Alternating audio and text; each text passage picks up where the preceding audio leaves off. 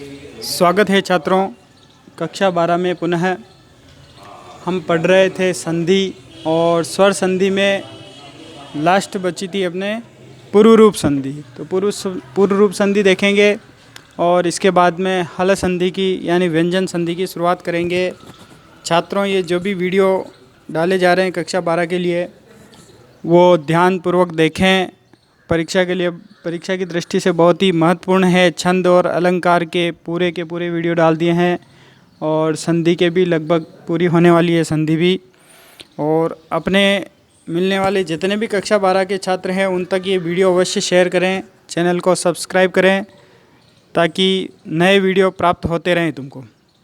देखते हैं पूर्व रूप संधि में क्या होता है। पूर्व रूप संधि का सूत्र आता है एंगः पदान्तादति, यानी पद के अंत में एंग हो। एंग से तात्पर्य क्या है? एंग में एंग प्रत्याहार है। एंग में दो वर्ण आते हैं, ए ओ। माहेश्वर सूत्र देखते हैं, ए ओंग, ंग को छोड़ते हुए अंतिम को छोड़ देते हैं और क्या बचा? ए ओ, यानी एंग में दो वर्ण है। एंग पद के अंत में हो और उसके बाद अति यानी अ हो, अ वर्ण हो तो पूर्व रूप होता है। पूर्व रूप से तात्पर्य पहले जैसा रूप, यानी पूर्व के जैसा। तो ए और अ के स्थान पर ए ही रहेगा और ये अ हटेगा। इसकी सूचनार्थ अवग्रह चिन्ह लगाया जाता है। ये जो अस के समान चिन्ह दिख रहा है ये अवग्रह चिन्ह है। ये ड नहीं है, अवग्रह चिन्ह है। अस के जैसा चिन्ह है, इसको बोलते हैं अवग्रह। ये अ की सूचना देता है। ये सूचना देता है कि इस जगह पूर्व में अ था जिसे हटाया गया है। ऐसे ही ओ के बाद अ होगा तो ओ रूप बनेगा, यानी इसको उच्चारण नहीं करते, ओ बनेगा और अवग्रह चिन्ह लगाएंगे। ये अवग्रह अ की सूचना देता है। तो इस प्रकार का रूप जैसे जहाँ बनेगा वो पूर्व रूप संधि होगी। जैसे उदाहरण देखते हैं, हरे प्लस औ। यहाँ पूर्व में हरे पद के अंत में ए है, हरे में ए की मात्रा है, बाद में अ है तो ए और अ मिलेगा तो रूप कैसा? ए, यानी हरे तो वैसा का वैसा ही रहेगा और अवग्रह ये अ हटा करके इसकी जगह अवग्रह लगा देंगे, हरे औ। ऐसे ही विष्णु औ, ओ और अ के स्थान पर पूर्व रूप ओ हुआ तो विष्णु ऐसे ही रहा और अ हटा इसकी सूचनार्थ अवग्रह चिन्ह लगा दिया, यानी विष्णु। इनका उच्चारण जब किया जाता है तो अवग्रह को नहीं पढ़ा जाता है, सीधे ही पढ़ते हैं हरे व विष्णु व। लेकिन ये अवग्रह सूचना जरूर देता है कि यहाँ से अ हटा है। जब विग्रह करते हैं, हरेव का विग्रह करते हैं तो हरे प्लस औ अ पुनः ले आते हैं। परीक्षा में प्रश्न आता है कक्षा 12 में कि हरेव का संधि विच्छेद करके सूत्र का नाम लिखना है। तो हरेव का संधि विच्छेद हरे प्लस औ और सूत्र का नाम एंगः पदान्ता दति, या विच्छेद दे के संधि पूछी जाती है और सूत्र आता है विष्णु प्लस औ, विष्णु और सूत्र का नाम एंगः पदान्ता दति। कक्षा 12 के अलावा 12 के अलावा भी सभी परीक्षाओं के लिए, writ, first grade, second grade, सभी परीक्षाओं के लिए ये संधि टॉपिक बहुत महत्वपूर्ण है। देखते हैं हल संधि की बात करते हैं। ये यहाँ तक थी अपने स्वर संधि। पुराने वीडियो देखेंगे तो सारी स्वर संधि के सारे सूत्र मिल जाएंगे।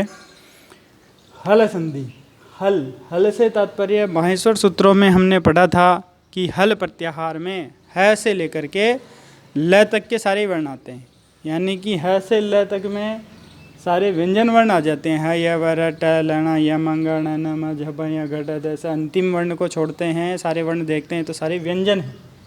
इसका तात्पर्य कि हल यानी व्यंजन संधि।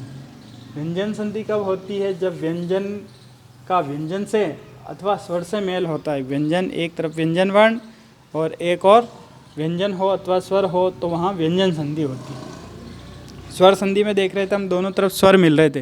व्यंजन में एक तरफ व्यंजन मिलेगा, एक तरफ स्वर या व्यंजन मिलेगा। उसका पहला सूत्र देखते हैं अपने सिलेबस में जो है स्तो, इश्चुना, इश्चुहु। स्तो, इश्चुना, इश्चुहु क्या कहता है? स्तो, इश्चुना, इश्चुहु। स्तो किसे बनाए? स, और तो बना है तू से। तू है उदित वर्ण तो स्तो बताएगा स, और तू से तात्पर्य त, थ, द, ध, न। तो तू में हो गया त, थ, द, ध, न, और इश्चू, इश्चू श आधा श यानी ये श, और चू उदित वर्ण है, अपने 5 वर्ण की बात करेगा, च छ ज ज य, यानी इस्तो से तात्पर्य स तथ द द न स और त वर्ग, और इश्चू से तात्पर्य श छ छ ज ज य। फिर आया इश्चू, यानी सूत्र कहता है कि स या त वर्ग के पहले या बाद में, यानी स या त वर्ग का योग श और च वर्ग के वर्णों से होता है, तब क्या करते हैं, इन स और त वर्ग के वर्णों में परिवर्तन करते हैं, इनको बदलते हैं। किस में बदलते हैं?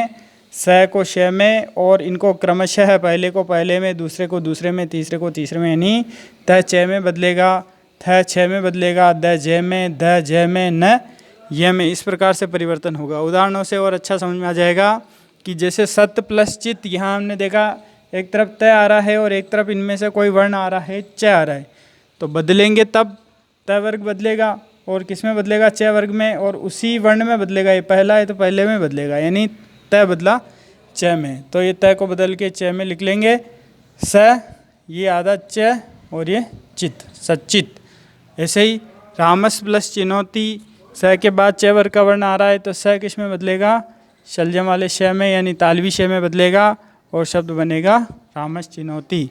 ऐसे ही उद प्लस ज्वल, देखो तीसरा वर्ण है, तीसरा वर्ण द तीसरे वर्ण में बदलेगा च छ ज ज में, तो उद, इस द की जगह एक ज और आ जाएगा उ, ये देखो आधा ज आ गया, और ये ज्वल, उज्ज्वल। ऐसे ही हरिश प्लस शैते, स बदलेगा श में, तो ये बन गया हरिश शैते। शारंगिन प्लस जय है, शारंगिन, न किस में बदलेगा? य में। क्यों बदलेगा? क्योंकि इन वर्णों के बाद ये वर्ण आ रहा, देखो ज, तब बदलेंगे, तब ध्यान रखेंगे कि पांचवा वर्ण पांचवें में ही बदलेगा।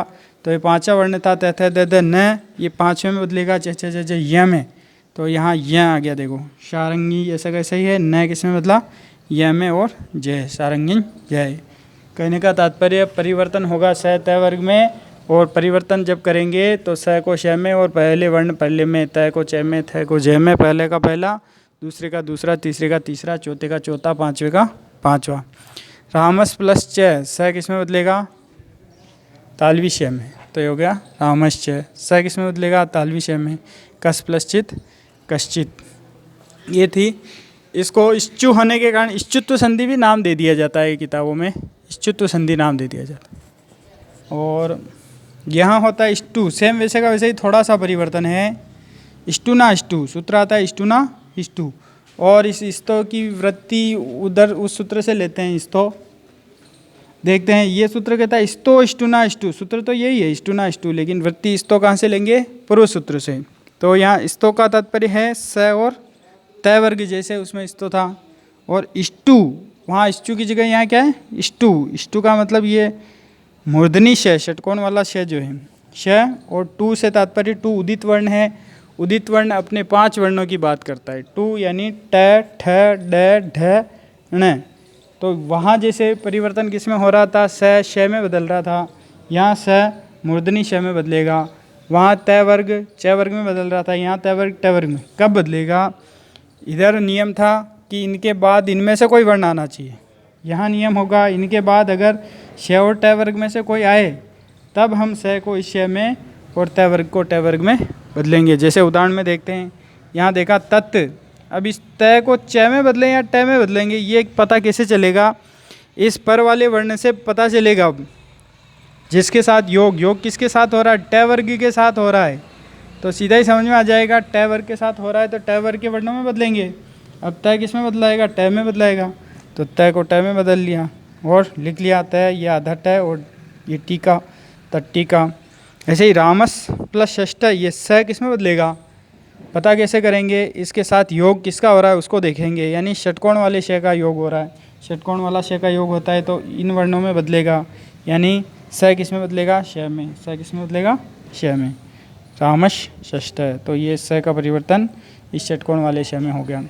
फिर देखते हैं रामस टीकते, ऐसा कैसे ही ट वर्ग आ रहा बाद में तो श मूर्धनी श में बदलाएगा, रामश टीकते, देखो मूर्धनी श में बदल दिया। चक्रिन, न का परिवर्तन किस में करें? य में करें या अण में करें? इसका पता कैसे करेंगे? बाद वाले वर्ण से। पर में क्या आ रहा है? ढ। ढ कौन से वर्ग में आता है? ट वर्ग में आता है, तो इन्हीं में से परिवर्तन होगा। यानी अब न आ रहा है तो न का पांचवा क्या होता है? ण।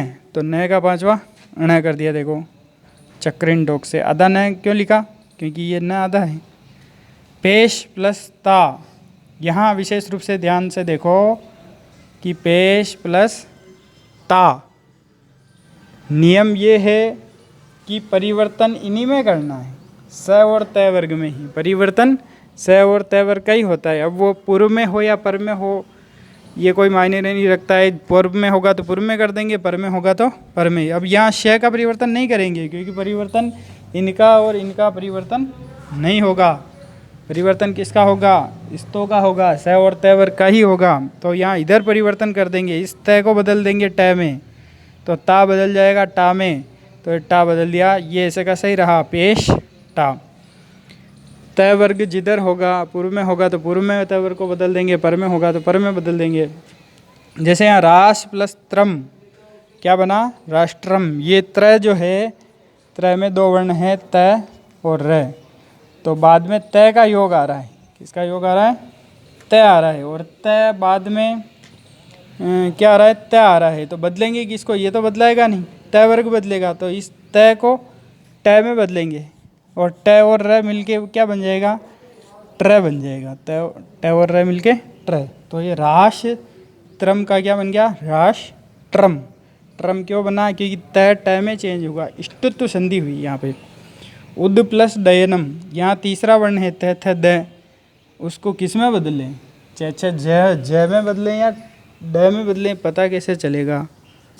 इससे ड ट वर्ग में आ रहा है तो इसको भी तीसरा वर्ण ड में बदलेंगे तो ड दोबारा आ गया। देखो उड्डयनम। ईश प्लस त है, यहाँ किसको परिवर्तन करेंगे? त वर्ग को परिवर्तन करेंगे। बाद में त आ रहा है, त को ट में बदलेंगे तो क्या हो जाएगा? इष्ट है। यानी पूर्व में हो या पर में हो, नियम एक ध्यान रखना कि स और त वर्ग में ही परिवर्तन होता है। किस में करें परिवर्तन? च वर्ग में करें, ट वर्ग में करें। ये इनके साथ योग अगर इनका हो रहा होगा तो ट वर्ग में करेंगे, अगर योग श और च वर्ग का हो रहा होगा तो इनमें परिवर्तन करेंगे। ध्यान से देखें और इनको और याद करें अच्छी तरह से। जयतु संस्कृतम, जयतु भारत।